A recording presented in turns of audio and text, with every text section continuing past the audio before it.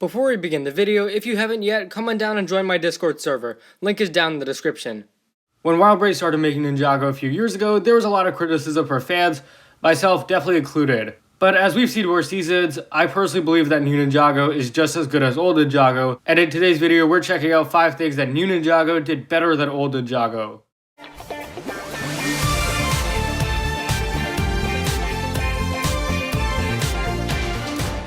Hey guys, welcome back for a brand new top 5 video. I just first off want to clarify, when we say new Ninjago, we are discussing season 11 to the present, not season 8 to season 10. And also, the entries on this list aren't in any specific order, but that's all I have to say, let's get started. WildBrain fights, in my opinion, are generally better than WildFilm fights, and I do feel that season 8 to season 10 fights are about as good as WildBrain fights, but those are only 3 seasons out of WildFilm's 10. What makes WildBrain fights so good, I think, is definitely the animation. These fights are a lot faster, they're visually much more entertaining, and this isn't to say that the old stuff is all bad, because it's not. But if you especially go back to very old stuff like the pilots, from a visual standpoint, it's just not good. The movements feel very slow, very sluggish, and I do feel this is something WildFilm improved with over the years. As I said, by the time of the OD trilogy, fights were great.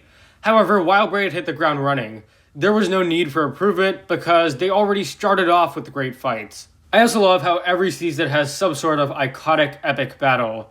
Ninja versus Asphira, Lloyd versus the Ice Emperor, Jay versus Utagami, Cole versus the Skull Sorcerer, Ninja versus Stone Golems, and Nia versus Wojira. And really, once you get over the whole floppy weapons thing, which really isn't a big deal, there's nothing really to dislike about these fights.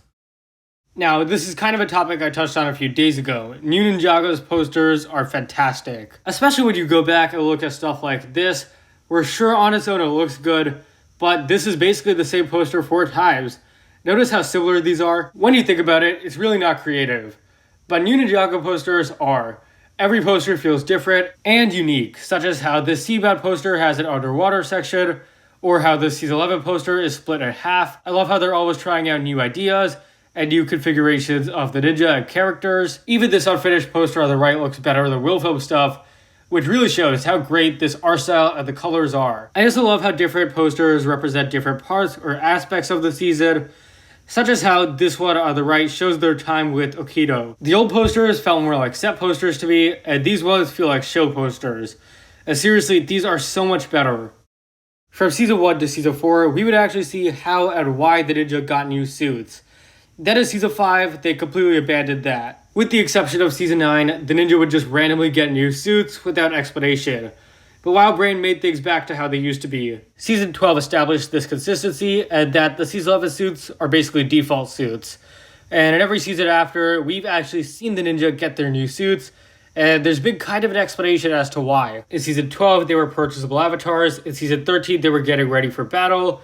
In season 15, they went underwater. Even in Seabound, Kai and Cole did not get new suits because they did not go underwater, which shows how suits nowadays are based more on the story than just including them for the sake of it. And there are people who are sick of seeing the season 11 suits and criticize this, which I think is understandable, but I think this is better than worse. And for the most part, the same thing can be said about the ninja vehicles too.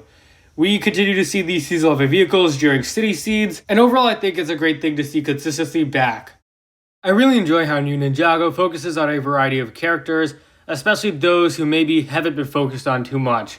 WildBrain Ninjago gave us our first Cole season of the entire series, and our first solo Nia season. But it doesn't end there. Season 12 was also the show's second J season, and he also got a lot of focus in the island at Seabound, which was pretty nice. And of course, Zayd played a large role in the Ice chapter. And all of this I feel like it's been really interesting, particularly season 13. It was a great focus for Cole, something fans had wanted for years. And, same can be said about Seabound. Also, new Ninjago marks a moving on from Garmadon, who used to play a big role in pretty much every old season, and I feel like in his absence, they've done a great job with new stories. And also, because of this, we've seen a lot less of Lloyd, which I definitely think is a good thing because of how big of a role he played in season 11 and the OD trilogy. But overall, it's been really nice to see more of Cole, Nia, Jay, Zayd's biggest story since season 4, and they've done a pretty good job with focus so far. And lastly, I love how new Ninjago has introduced a lot of new locations, and not just locations that are new, but locations that are interesting and very fleshed out. I feel that new Ninjago locations are better because oftentimes these seasons tend to take place there, So we get to see more of them and learn more about them, most notably the Never Realm, which is Ninjago's best realm, Shitaro, which is one of Ninjago's coolest locations, and the island, which I enjoy too. In these 3 locations, we get to see a lot of monsters and creatures that live there, but also the people who live there and what their culture is like. And that is what New Ninjago does better with locations. Not only do they introduce more of them, but they really go in depth into them. Beyond just showing us what the people and the location look like, we actually get to feel what they're like. I also really like how most of them are element themed, so they really do connect to the ninja, especially Shintaro with Cole's mother's backstory. New Ninjago locations have been very fascinating. I hope they continue to be. Thank you for watching, guys. If you enjoyed, be sure to leave a like, subscribe, share with anyone and everyone you know. Feel free to share your thoughts on this topic below, and I'll see you next time.